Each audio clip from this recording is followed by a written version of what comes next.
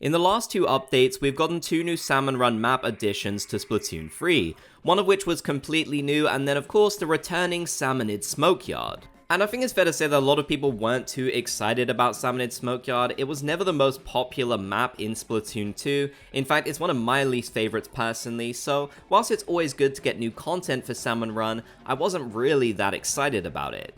What I'm much more excited about is the fact that the return of this map basically confirms the return of two of the most popular maps in Splatoon 2, including my all-time favorites, Lost Outpost and Ruins of Ark Polaris.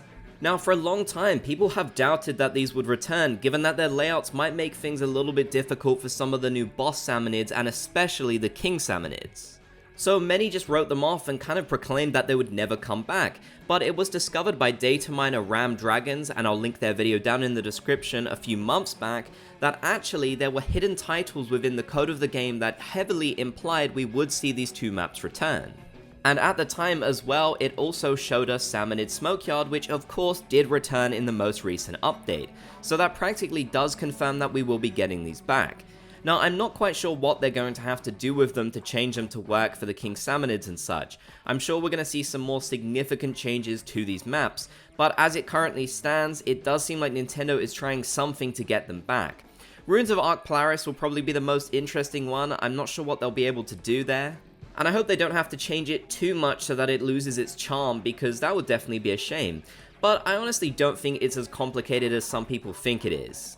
After all, Nintendo managed to adapt the other maps from Splatoon 2 for the new bosses and King Salmonids and such, and I'm sure there were some problems here and there with those maps too, although I can understand that Lost Outpost and Ruins of Ark Polaris do have a particularly interesting map layout that you don't really see in the others. Either way, this is probably some of the best Salmon Run news we could have gotten, because that means that every single map from Splatoon 2 should be returning to Splatoon 3, which means there will honestly be so many to try out.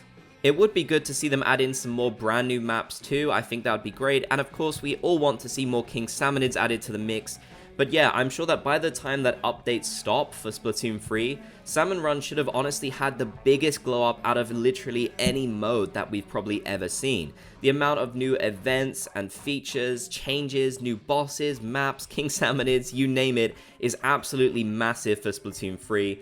So yeah, I really cannot wait for Lost Outpost and Ruins of Ark Polaris to make a comeback. Let me know your thoughts down in the comment section below though. Are you excited to see these return? If you made it to the end, be sure to comment Splat Gang down below so I know you did. If you enjoyed, be sure to leave a like, and if you haven't already, consider subscribing and turning on notifications for more.